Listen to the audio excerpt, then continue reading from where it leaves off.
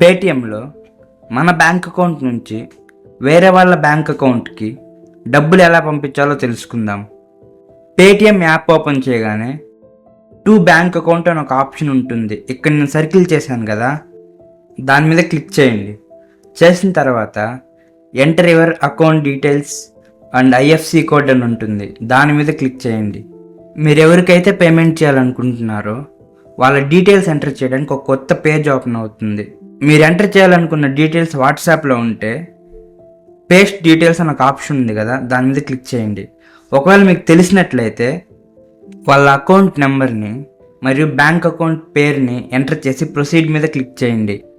చేసిన తర్వాత మీరు ఎవరికైతే పంపించాలనుకుంటున్నారో వాళ్ళ పేరు చూపిస్తుంది.